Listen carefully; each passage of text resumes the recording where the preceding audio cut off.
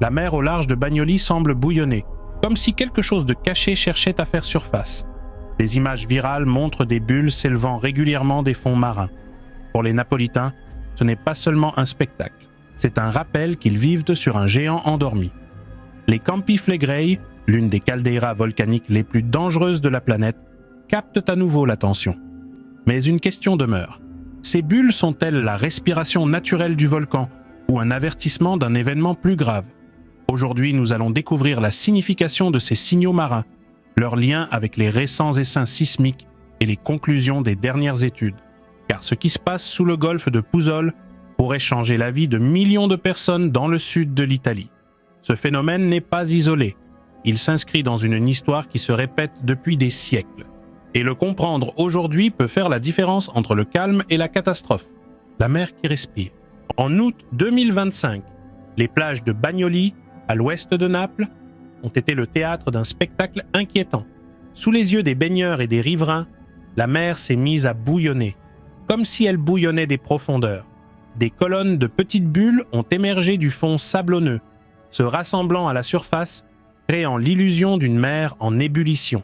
Les images ont rapidement circulé sur les réseaux sociaux et les médias locaux, suscitant surprise, inquiétude et inévitables questions. Que se passait-il sous l'eau? L'explication scientifique est claire. Il ne s'agit pas d'une mer en ébullition, ni d'une eau atteignant des températures extrêmes. Cet effet est dû à l'échappement de gaz volcaniques, principalement du dioxyde de carbone, du sous-sol par des fissures reliées au système hydrothermal des champs flégréens. Ces bulles, en remontant, brisent à la surface selon un mouvement constant qui, à l'œil nu, ressemble à de l'ébullition. Mais la température de l'eau n'est même pas supérieure de quelques degrés à la normale. La chaleur ne suffit pas à cuire quoi que ce soit. Ce que nous observons n'est pas du feu sous l'eau, mais le souffle d'un système volcanique qui ne connaît jamais de repos. Bagnoli n'est pas un lieu nouveau pour ces phénomènes. Depuis des siècles, sa côte est le théâtre d'émissions gazeuses que les pêcheurs locaux connaissent bien. Des documents historiques font état de bouillonnement dans le golfe de Puzzol, de fumerolles sous-marines et même de sources chaudes dans la région. Au milieu du XXe siècle, lorsque l'industrie métallurgique dominait ce quartier côtier, beaucoup considéraient ces exhalaisons comme de simples curiosités inhérentes au caractère géologique de Naples. Aujourd'hui, cependant, grâce à un système de surveillance plus perfectionné et à une mémoire collective marquée par le risque volcanique, chaque bulle est observée de plus près. Ce qui pouvait autrefois passer inaperçu devient viral en quelques secondes. Des vidéos enregistrées par des touristes et des habitants montraient la mer de Bagnoli en ébullition, atteignant des milliers de vues sur les réseaux sociaux. En quelques jours, les images ont traversé les frontières et les médias internationaux se sont fait l'écho du phénomène. La comparaison avec une casserole d'eau en feu a été reprise dans les gros titres et les commentaires, alimentant le sentiment qu'il se passait quelque chose d'extraordinaire. Dans un monde habitué à consommer l'information en un coup d'œil, la frontière entre explications scientifiques et peur collective s'est estompée. Pour les Napolitains, ce spectacle n'est pourtant pas totalement nouveau. La ville est située entre deux géants, le Vésuve à l'est et les champs flégréens à l'ouest. Ils savent que leur terre respire, que le sol s'élève et s'abaisse par cycle de bradykisme et que fumerolles et bulles font partie du paysage quotidien. Ce qui a changé, c'est la façon dont ces signes sont perçus. Le mélange de mémoire historique, de sensibilité issue de décennies d'études scientifiques et de rapidité de circulation de l'information transforme chaque épisode en un rappel que le volcan est toujours là, sous leurs pieds, à l'affût. Les autorités locales et les scientifiques de l'INGV ont rapidement précisé que le phénomène est hydrothermal et n'indiquent pas une éruption imminente. Ils ont expliqué que le dioxyde de carbone et d'autres gaz prouvent un exutoire naturel sur les fonds marins, agissant comme des soupapes d'échappement pour relâcher la pression accumulée. Ces émissions, bien que spectaculaires, sont fréquentes dans une caldeira volcanique active comme les champs flégréens. Ils ont toutefois souligné que la véritable valeur de l'observation de ces épisodes réside dans leur intégration à la surveillance continue du système. Si les bulles modifient leur composition chimique, s'intensifient ou s'accompagnent de séismes plus profonds, ces signes seraient plus préoccupants. À Bagnoli, la vie quotidienne a repris son cours normal. Les baigneurs ont repris leurs baignades, les pêcheurs leurs activités de pêche et les enfants leurs jeux sur le rivage. Mais l'image de la mer bouillonnante est restée gravée comme une carte postale inquiétante, un rappel que sous le calme apparent, le sol et l'eau cachent le souffle d'un monstre géologique. Un souffle qui ne doit pas susciter la panique, mais qui ne doit pas non plus être oublié. Abonnez-vous et activez les notifications pour suivre chaque mise à jour sur ce qui se passe sous les Campi Flegrei, le cœur des champs flégréens. Parler des champs flégréens, c'est parler de l'un des systèmes volcaniques les plus complexes et les plus redoutés d'Europe. Contrairement au Vésuve, qui apparaît comme un cône visible et défini, les champs flégréens sont une caldeira, une dépression volcanique d'environ 13 km de diamètre qui s'étend à la fois sous terre et sous la mer, de Pouzzoles à Bagnoli et sur une grande partie de la baie de Naples. Vu d'en haut, on n'y distingue aucune montagne dominante, mais plutôt un paysage apparemment ordinaire. Quartiers résidentiels, routes, plages et collines. Pourtant, tout repose au cœur d'un supervolcan qui a marqué l'histoire de l'Italie et de la Méditerranée. La caldeira des champs flégréens a été formée par 2 éruptions colossales. La première, il y a environ 39 000 ans, fut l'une des plus importantes explosions volcaniques de l'histoire de l'Europe. Elle a éjecté une telle quantité de cendres et de matériaux pyroclastiques qu'elle a recouvert une grande partie du continent, laissant des traces jusqu'en Russie et dans la mer Noire. On pense que cette éruption a pu avoir des effets climatiques mondiaux, modifiant les températures pendant des années et affectant la population humaine de l'époque. La deuxième éruption majeure s'est produite il y a environ 15 000 ans et, bien que de moindre ampleur que la précédente, a radicalement remodelé la région. À chacune de ces explosions, la chambre magmatique s'est vidée et le sol s'est effondré, formant la dépression que nous connaissons aujourd'hui sous le nom de Campi Flegrei, littéralement les champs en feu. Depuis lors, l'activité volcanique n'a pas complètement cessé. Des dizaines de petits cratères, de fumerolles et de sources chaudes sont disséminés dans la région, rappelant que le système est toujours actif.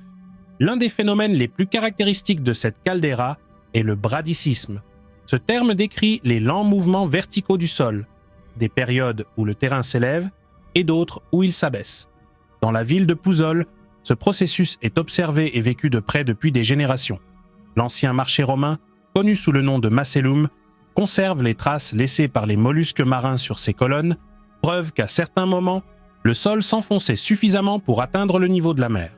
À d'autres moments, il remontait, laissant les colonnes à nouveau sur la terre ferme. Ce mouvement lent mais incessant témoigne de la pression exercée par le système hydrothermal et magmatique des profondeurs. Ces dernières années, les champs flégréens ont connu une activité de plus en plus inquiétante. Les essaims sismiques, des séries de petites secousses concentrées sur de courtes périodes, sont devenus plus fréquents. La plupart de ces séismes sont de faible magnitude, généralement comprises entre 1,0 et 3,0 et se produisent à des profondeurs de seulement 2 à 3 km. Pour les scientifiques, il ne s'agit pas de simples secousses, elles reflètent le mouvement des fluides hydrothermaux sous la surface. Gaz, vapeur et eau chaude cherchent à s'échapper entre les fractures de la croûte, provoquant des micro-fractures ressenties en surface sous forme de secousses ou, dans certains cas, de grondements profonds résonnant comme des explosions lointaines. L'essaim le plus récent, enregistré entre juillet et août 2025, comprenait des dizaines de ces micro-événements, le séisme de magnitude 4,0 étant le plus puissant dans la région de Pouzzoles. Bien que les dégâts ne soient pas importants, ils ont suffi à faire descendre les habitants dans la rue, leur rappelant la fragilité de la vie sur un volcan endormi mais pas éteint. Chaque essaim rappelle que sous la surface, la pression monte et cherche à se dissiper. La relation des champs flégréens avec le Vésuve ajoute une dimension psychologique unique à la vie à Naples et dans ses environs. À l'est, le Vésuve se dresse tel un géant visible célèbre pour avoir détruit Pompéi et Herculanum en 79 après Jésus-Christ. À l'ouest, les champs flégréens se cachent plus silencieusement, cachés sous les maisons, les rues et la mer. Les Napolitains vivent littéralement entre 2 volcans actifs. 2 rappels constants que la terre ici n'est jamais complètement calme. Cette dualité a façonné la culture locale. Pour beaucoup, les tremblements, les fumerolles et même la mer bouillonnante font partie du quotidien. Cependant, pour la science, chaque signal doit être pris au sérieux. Le soulèvement du sol à Pouzzoles, qui progresse actuellement de plus de 10 mm par mois, et les essaims sismiques récurrents indiquent que le système continue d'exercer une pression depuis le sol. Si cela ne signifie pas l'imminence d'une éruption majeure, cela confirme que la caldeira reste active, qu'elle respire lentement et qu'une surveillance constante est nécessaire. Dans ce scénario, les bulles dans la mer de Bagnoli ne sont pas un événement isolé. Elles s'additionnent pour former un ensemble de signaux qui dressent le portrait d'une caldeira en mouvement. Et bien que les scientifiques insistent sur l'absence de preuves d'une éruption à proximité, l'histoire des champs flégréens rappelle que ce système a pu modifier le climat d'un continent entier par le passé. Cette mémoire géologique combinée aux tremblements récents fait de chaque bulle une métaphore, un avertissement subtil que le calme ici n'est jamais absolu. Signes latents et risques. Les bulles de Bagnoli ne sont que la partie visible d'un système bien plus vaste et complexe. Les champs flégréens respirent à travers des centaines de petites fissures, fumerolles et évents qui libèrent des gaz des profondeurs. 2 points clés se distinguent, le cratère de la Solfatare et la zone de Picciarelli, où l'activité hydrothermale a connu une augmentation notable ces dernières années. À la Solfatare, un site visité pendant des siècles comme attraction naturelle pour ses colonnes de vapeur, des émissions de plus en plus intenses sont désormais enregistrées. La température des fumerolles augmente, les géologues signalant des températures dépassant les 160 degrés Celsius à certains endroits. Il ne s'agit pas seulement de vapeur inoffensive, il s'agit de gaz riches en dioxyde de carbone, en soufre et autres composés qui révèlent le mouvement de fluides chauds sous terre.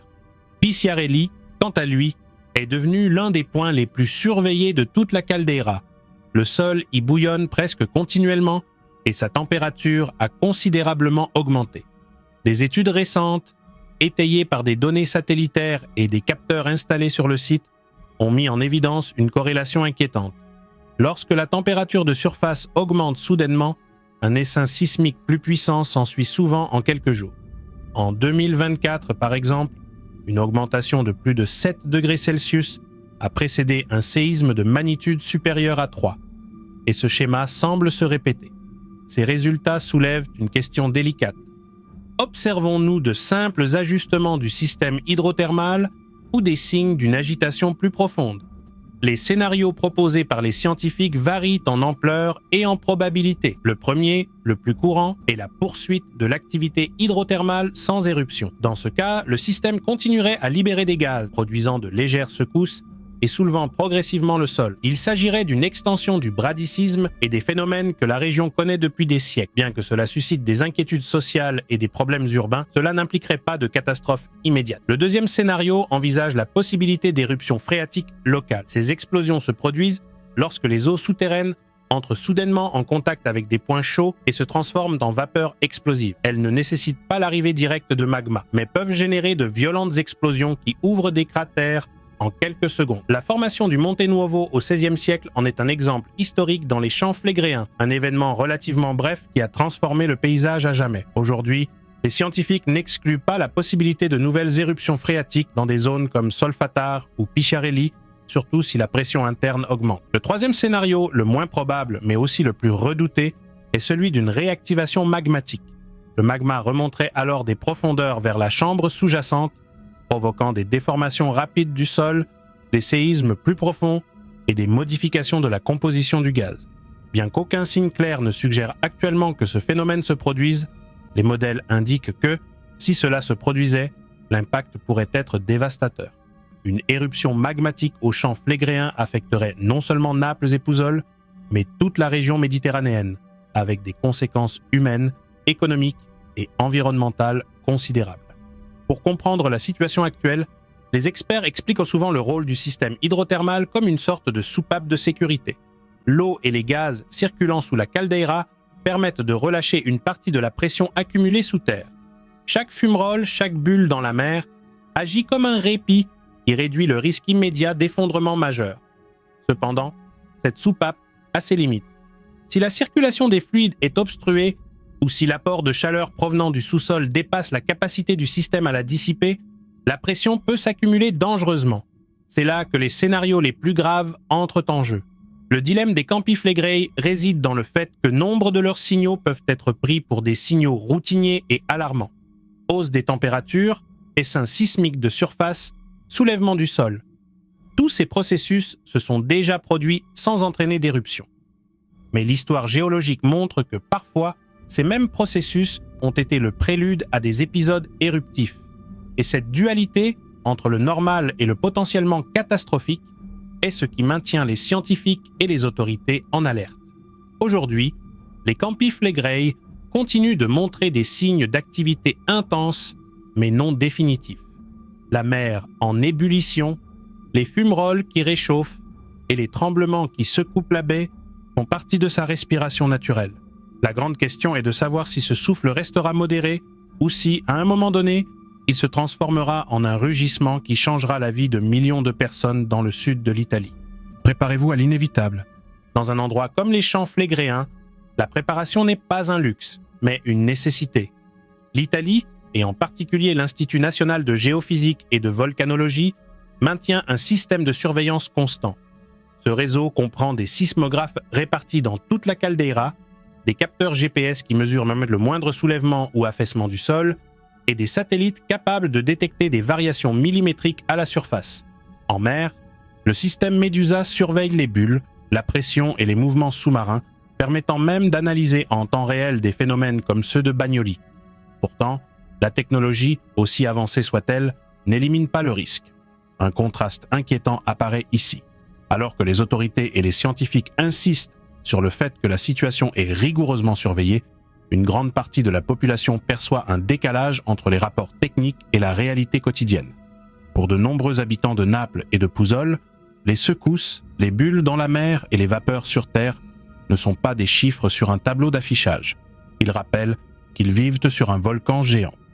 La région est confrontée à des risques concrets qui ne peuvent être ignorés. La densité de population de l'agglomération napolitaine dépasse largement la capacité d'intervention en cas d'éruption. Les routes d'évacuation, notamment la tangentiale di Napoli, sont vulnérables, saturées quotidiennement par la circulation et non modernisées sur plusieurs tronçons. En cas d'urgence, elles s'effondreraient en quelques minutes. Et dans un environnement où chaque seconde peut faire la différence entre la vie et la mort, cette faiblesse est considérable. Les villes côtières sont par ailleurs doublement exposées, au risque sismique et au risque de tsunami.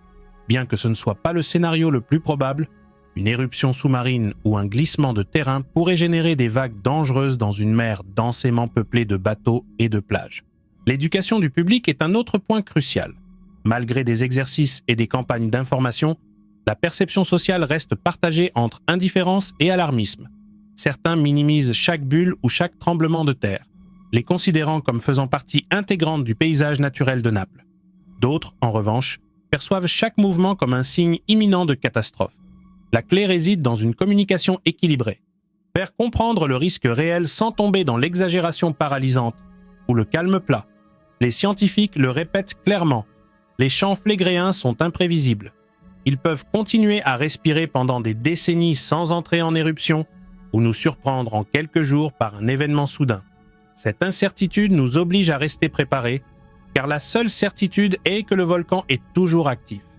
La préparation n'est donc pas seulement une question d'outils, mais d'état d'esprit.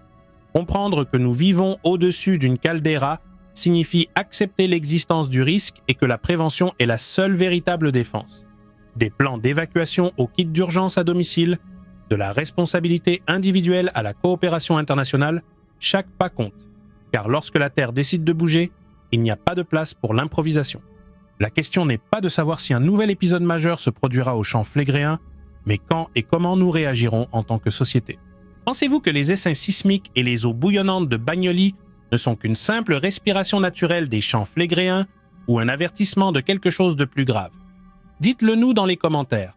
Abonnez-vous, partagez cette vidéo, laissez votre avis et activez la cloche pour ne rien manquer de nos prochaines investigations. À bientôt pour la prochaine vidéo. Et jusque-là, restez vigilants, restez conscients.